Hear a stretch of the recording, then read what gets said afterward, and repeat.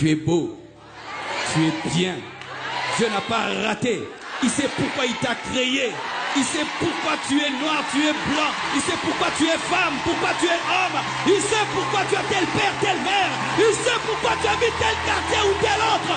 Il sait pourquoi Dieu a un plan merveilleux. Sois heureux, sois heureuse, sois heureux, sois heureuse, sois heureux. Alléluia. La joie.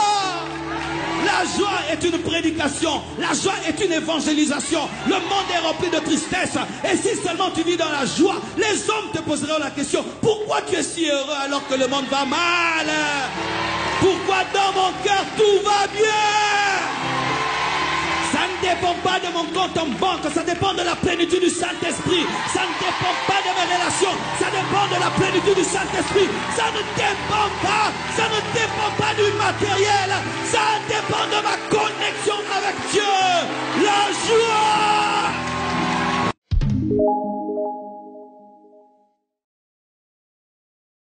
La joie. La joie, c'est la vie quotidienne d'un chrétien. Un chrétien doit être réputé être joyeux, heureux. Souris-moi un peu.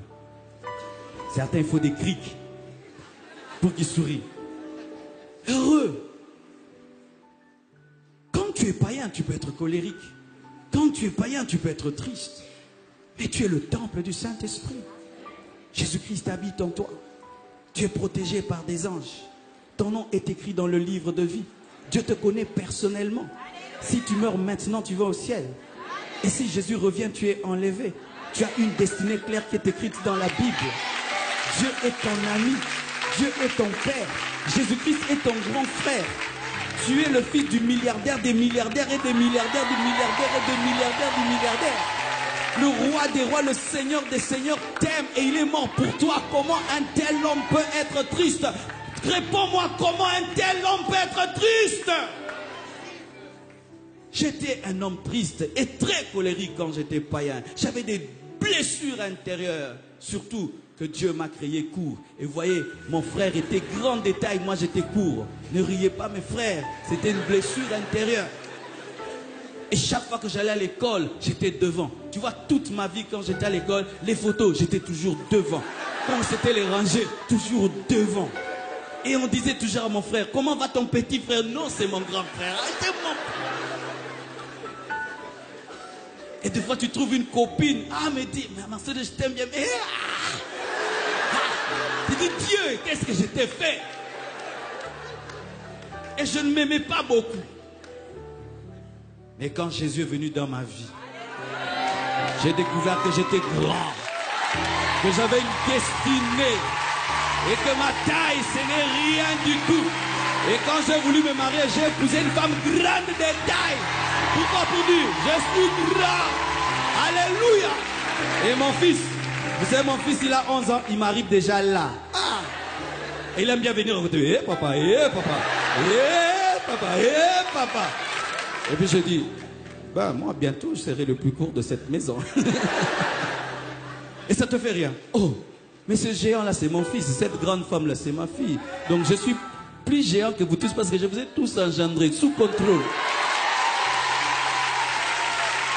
Et je vous assure, j'ai oublié même que je suis petit de taille.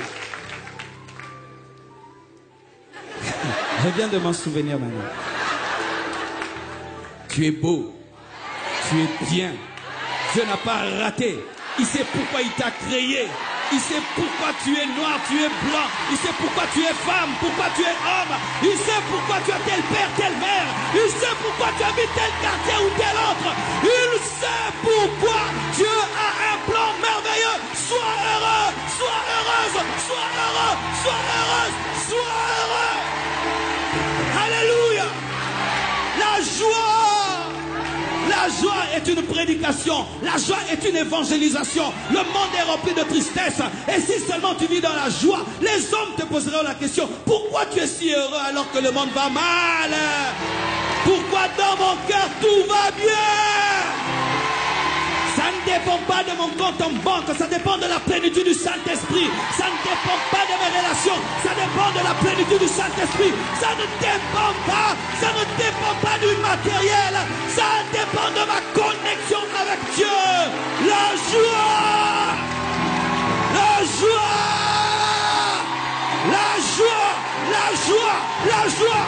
joie, la joie, la joie, la joie, la joie, la joie.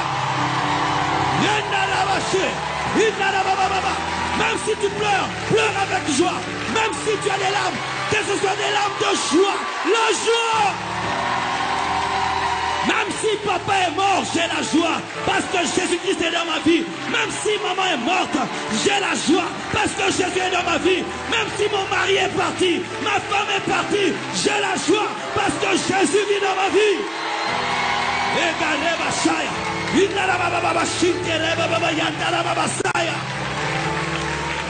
Et tu n'auras jamais de dépression. Jamais, jamais de dépression.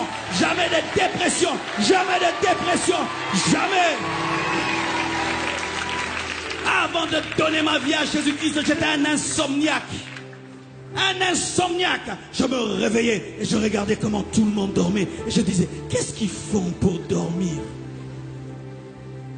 Mais quand Christ est venu dans ma vie, il m'a donné la paix. Il m'a donné la joie. Et je peux même oublier ce qui se passe autour de moi. La joie du Saint-Esprit est ta force. Ne perds jamais ton sourire. Ne perds jamais ces yeux-là qui brillent de joie. Ne perds jamais ça. J'ai connu des moments difficiles dans ma vie. Manquant de maison. Où m'habiller. Où me changer. Où mettre mes biens. Et je me regardais dans un miroir. Et je me disais à moi-même, ça va passer. Ce ne sont que des temps d'épreuve, ça va passer. Garde ta joie.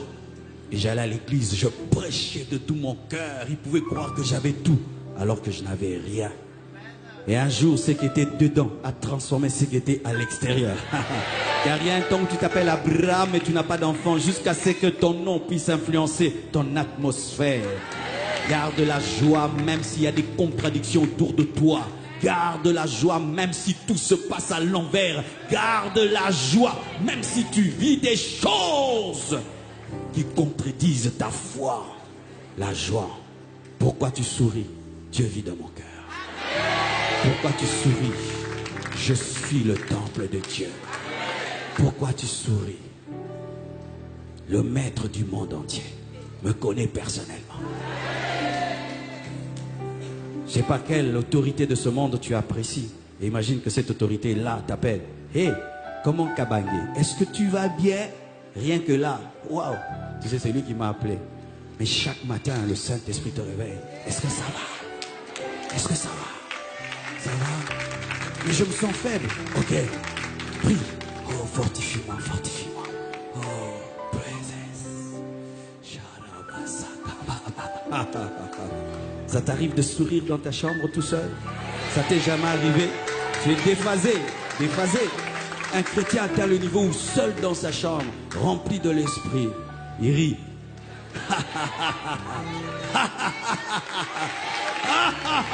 Oui, mon frère, la joie. Imagine, tu habites une avenue, tu es païen, et tu vois des chrétiens qui vont à l'église tristes.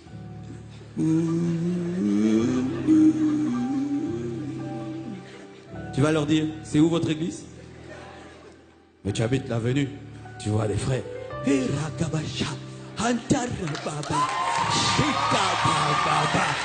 me dis, alléluia, loué soit l'Éternel et je suis délivré de tous mes ennemis. La joie du Seigneur est ma force. Il va te dire, frère, pourquoi es-tu si heureux? Mais tu marches à pied, tu n'as rien. Non, je ne viens pas de cela. De quoi? Assis-toi, je vais t'expliquer. Tu sais, il y a un homme qui s'appelle Jésus. Il est venu sur la terre, il est mort à la croix. Il a versé son sang. Et après 3 jours, il est ressuscité d'entre les morts. Et alors que les disciples étaient dans la chambre haute, il a envoyé le Saint-Esprit qui les a remplis. Ce qui est arrivé dans Acte 2 m'est arrivé aussi. J'ai le Saint-Esprit en moi. Toi, tu as le Saint-Esprit. Comment on reçoit le Saint-Esprit? Agenouille-toi, dis Seigneur Jésus, je t'invite, entre dans ma vie et tu fais un disciple. Lorsque vous êtes rempli de tristesse, vous empêchez au monde de venir à Christ. Vous empêchez au monde de venir à Christ. Et tout le monde peut savoir sans prophétie que tu as des problèmes. C'est très dangereux pour les faux prophètes. Il ne faut pas faire ça en ce temps où il y a des faux prophètes. Ils vont savoir, rien que par ton visage, que tu as des problèmes. Il faut avoir la joie, comme ça ils ne savent pas ce qui t'arrive.